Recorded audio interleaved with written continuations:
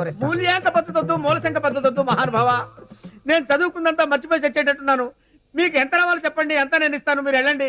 అలా రాదారి. అది నువ్వు అక్కడికి రా, ఇటెళ్ళు ఇటెళ్ళు వెళ్ళు. టీవీ తీసుకోవడానికి వచ్చారు, వాడికి కాదు మూలశంక, ఈడికి. రామరాజు గారు, రామరాజు గారు, ఏంటండి ఇది? ఏంటిది? ఈ నెల నువ్వు కట్టాల్సిన బిల్లు. కట్టాల్సింది 2000 అయితే 12,000 బిల్లు పంపించారండి. ఏ చదువు రాసి ఉన్నాయి కదా. చదవండి, మీరే చదవండి. ఈ నెల అద్దె 2000. అవును. 2 నెలలు అడ్వాన్స్ 4000. అక్కడికి 6000 అయ్యిపోయి కదా. Telephone bill. టెలిఫోన్ బిల్లా? నేను మీ టెలిఫోన్ బిల్ ఎందుకు కడతానండి? మరి నువ్వేగా వాడావు. ఎప్పుడో ఒకసారి మాట్లాడాను. నేను అది మాట్లాడలేదు. అంటే మొత్తం నేను కట్టాలా? కట్టదేంటి? మరి మెట్లేంటి? మెట్ల బిల్ ఏంటి? అవునయ్యా, ₹1,00,000 పైన అయింది నాకు మెట్లు కట్టించడానికి. 4 ఏళ్లుగా మీరు అలా ఎక్కి దిగేస్తే అరిగిపోతాయి. ఏడాదికి 25,000, నెలకి 2,000. కరెక్టేగా? మెట్లెక్కి దిగినందుకు కూడా రెంట్ వేశారన్నమాట.